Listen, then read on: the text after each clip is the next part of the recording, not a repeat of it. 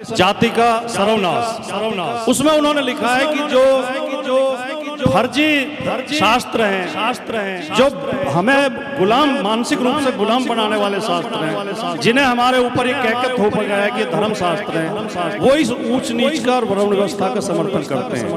तो अगर हमें ये जातीय भेदभाव, वर्ण व्यवस्था का भेदभाव, ऊंच नीच खत्म करनी है तो हमें पहले उन फर्जी शास्त्रों का बहिष्कार करना होगा। अगर हम उनके प्रति आस्था रखेंगे तो हम इस भेदभाव को खत्म नहीं कर सकते। तो हमें बाबा साहब से ये प्रेरणा लेते हुए और हमें अपना दायरा बढ़ाते हुए जो शोषक हैं, जो सामंतवादी हैं, जो मनुवादी हैं, उनकी विचारधारा केवल 2.5% लोगों के लिए है। 97.5% लोगों का वो शोषण करती है उनके विचार। कैसे करती है? लगभग 85% में तो जो अनुसूचित जाति, अनुसूचित जनजाति, ओबीसी और हमारे अल्पसंख्यक समाज के लोग आ जाते हैं। बाकी जो 15% बचे उसमें भी आधी महिलाएं हैं। मनुस्मृति में भारतीय संविधान के निर्माता, भारत रत्न बोधिसत्व बाबा साहब डॉक्टर भीमराव अंबेडकर जी के चरणों में अपना प्रणाम अर्पित करता हूँ।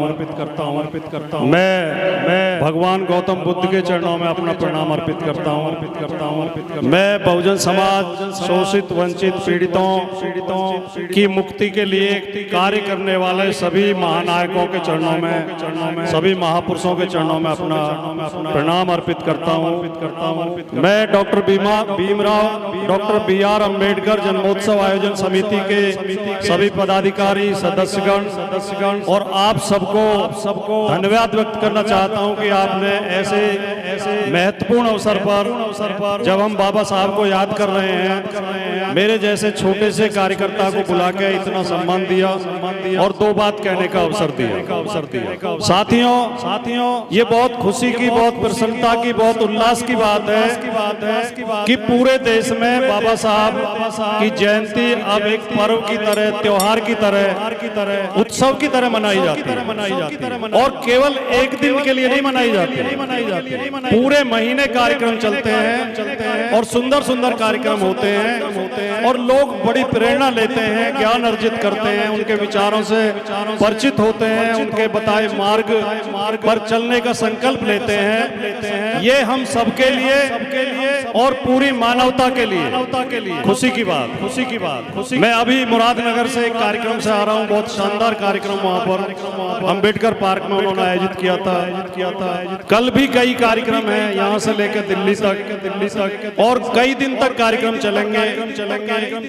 कहना मैं केवल ये चाहता हूँ कि बाबा साहब का जो दर्शन है वो पूरी मानवता के लिए उनका दर्शन है, पूरे मानव कल्याण के लिए, किसी वर्ग विशेष के लिए, किसी जाति विशेष के लिए, किसी धर्म विशेष के लिए या केवल देश की सीमाओं में उनके दर्शन को नहीं बांधा जा सकता। पूरी दुनिया के मनुष्यों की मुक्ति का मार्ग बाबा साहब ने दिखाया।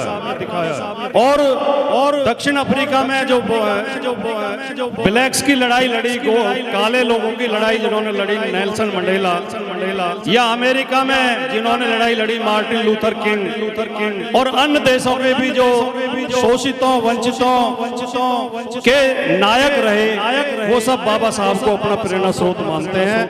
और दुनिया के 100 देशों में, लगभग 100 देशों में बाबा साहब की प्रतिमाएं लगी हुई, और दुनिया के अनेक देशों में यूनिवर्सिटियों में बाबा साहब की पुस्तकें पढ़ाई जाती हैं, बाबा साहब के विचार पढ़ाए जाते हैं। ये हमारा दुर्भाग्य है, हमारी कमजोरी है, हमारी अज्ञानता है, हमारी मूर्खता है और हमारा पाखंड है कि इस देश में अभी भी कुछ लोग ऐसे बचे हैं जो बाबा साहब के विचारों का विरोध करते हैं। ये इस देश का दुर्भाग्य, जो तरह से भिन्न प्रकार से।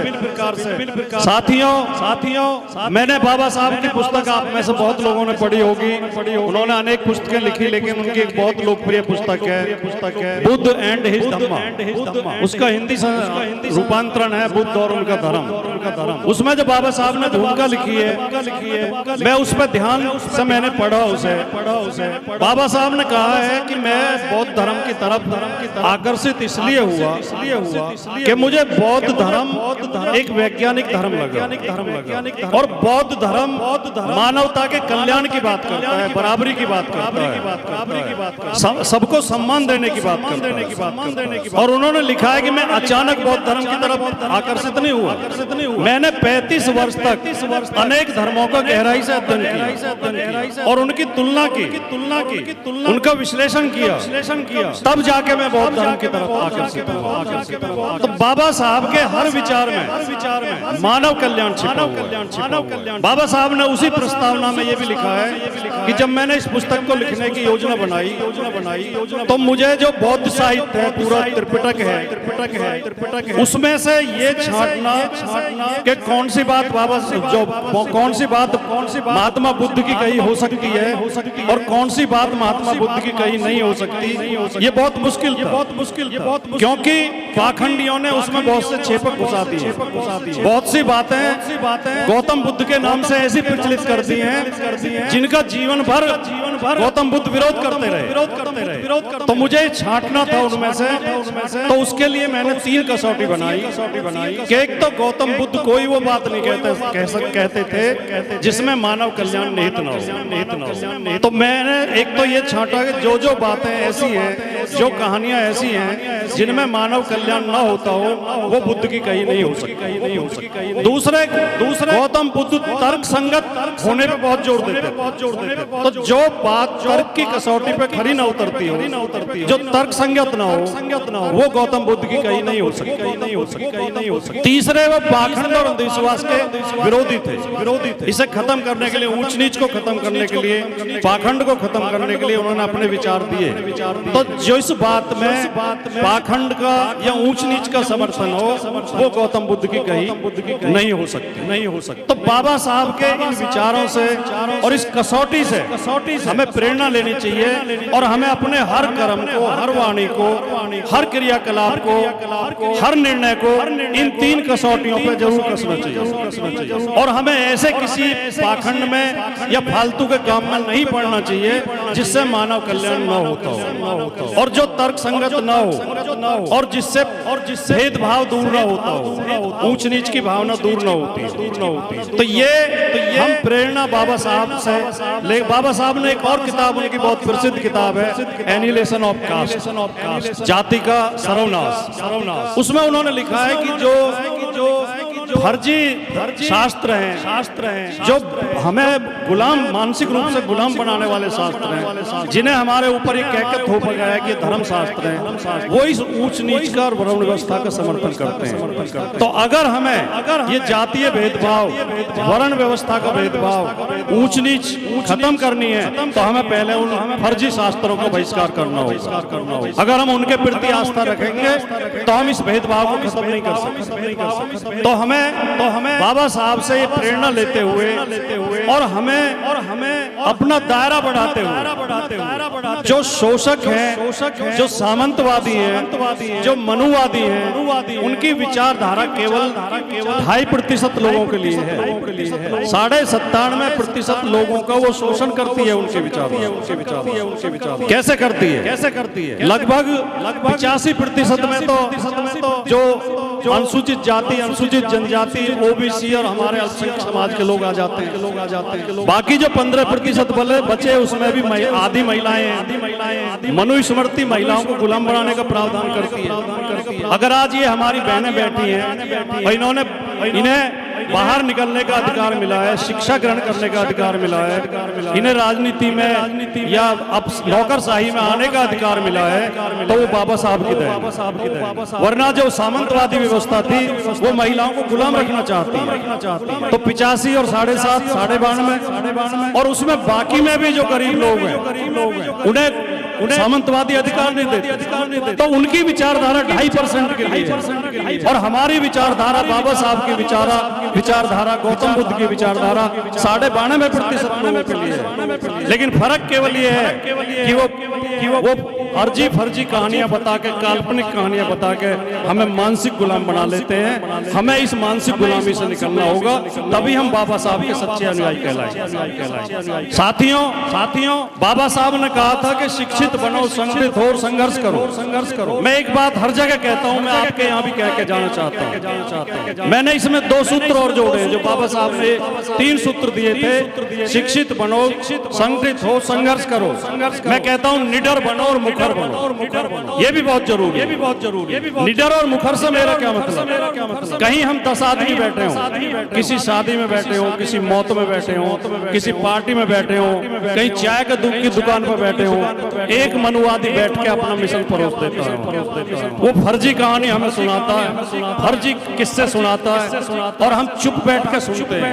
ऐसे समय पे जरूरी है कि हमको उसको मुखरता के साथ विरोध करें और निडरता के साथ हमारे चुप रहने से उसका साहस बढ़ता है, उसे लगता है कि तुम सही कह रहे हो, और हमारे बोलने से उसकी हिम्मत घटेगी, उसका हौसला कम होगा। अगली बार वो कहीं उस कहानी को, फर्जी कहानी को सुनाने में उसे झिझक पैदा हो। इसलिए निडर बनो और मुखर बनो, अपनी बात मजबूती के साथ कहो। आज जो मेरे बारे में थोड़ा सा कहा गया और मुझे जगह जगह कहा जाता है सोशल मीडिया पे और मीडिया पे, अगर मुझे कोई इतना ज्ञान थोड़ी है, मैं तो बाबा साहब के पैर की धूल के बराबर भी नहीं हूँ। लेकिन मेरे अंदर एक चीज है कि सच कहने की हिम्मत है। मैं सच को कहने में डरता नहीं हूँ। तो मैं आपसे भी ये चाहता हूँ कि अगर ये आप अपने अंदर हिम्मत पैदा कर लें, तो बहुत जल्दी हम सामंतवाद और मनुवाद का खात्मा कर सकते हैं। इसके हजारों वर्ष की गुलामी को दूर कर सकते हैं। आपने इतने सुंदर कार्यक्रम का आयोजन किया। एक पत्रकार मुझसे पूछ रहे थे कि आप कब से अम्बेडकरवादी हुए हो? मैंने कहा भाई मैंने तो जब से होश संभाला मैं तो अम्बेडकरवादी हूँ। और ये गाजियाबाद का अम्बेडकर पार्क इस बात का गवाह है, क्योंकि मेरी कर्म भूमि गाजियाबाद रही है। मैंने BA MA की पढ़ाई और LLB की पढ़ाई यही गाजियाबाद में की। SD कॉलेज से मैंने BA और MA किया, और MMH कॉलेज से मैंने LLB की, और मैंने यहाँ 8 साल पत्रकारिता की। यही पीछे यहाँ हिंट का ऑफिस होता, तो मैं ज्यादा समय हिंट में रहा, और 2 साल में दैनिक जागरण में भी रहा। और मैंने साइकिल से सारे गाजियाबाद मेरा घूमा हुआ है। 1990 में मैंने हिंट में 6 लेख लिखे थे, जो 6 दिन लगातार छपे थे मनुस्मृति के खिलाफ। कि मनुस्मृति मानवता के माथे पे कलंक है, एक सड़ा हुआ ग्रंथ है, एक गुलाम पैदा करने वाला ग्रंथ है। तो उसमें कुछ मनुवादियों ने जाके वहाँ हिंट के दफ्तर पर प्रदर्शन किया था। तो मेरे समर्थन में, मैं उन्हें ठीक से जानता भी नहीं था। या नवी मार्केट से जटवाड़े की तरफ जो एक गली जाती है, उस गली में वो जूते की दुकान करते थे, और मुझे ध्यान आ रहा शायद उनका मदन लाल नाम था, मुझे ठीक से याद भी नहीं है। 90 की बात है, 1990 की। वो मेरे समर्थन में खड़े हुए, और उन्होंने अपनी समिति को लेकर मेरे समर्थन में प्रदर्शन किया। तो मैं तो, और इस अम्बेडकर पार्क में मैं 1994 या 95 में इसी जन्मोत्सव समिति ने मुझे उस समय भी मुख्य अतिथि बनाया था। उस कार्यक्रम की अध्यक्षता PL पूनिया जी ने की थी। तो गाजियाबाद से डॉक्टर BR अम्बेडकर जन्मोत्सव समिति से, अम्बेडकरवाद से और आपसे मेरा बहुत पुराना संबंध है। मैं विचारों से अम्बेडकरवादी हूँ, दिखावे से अम्बेडकरवादी नहीं हूँ। जय भीम, नमो बुद्धाय।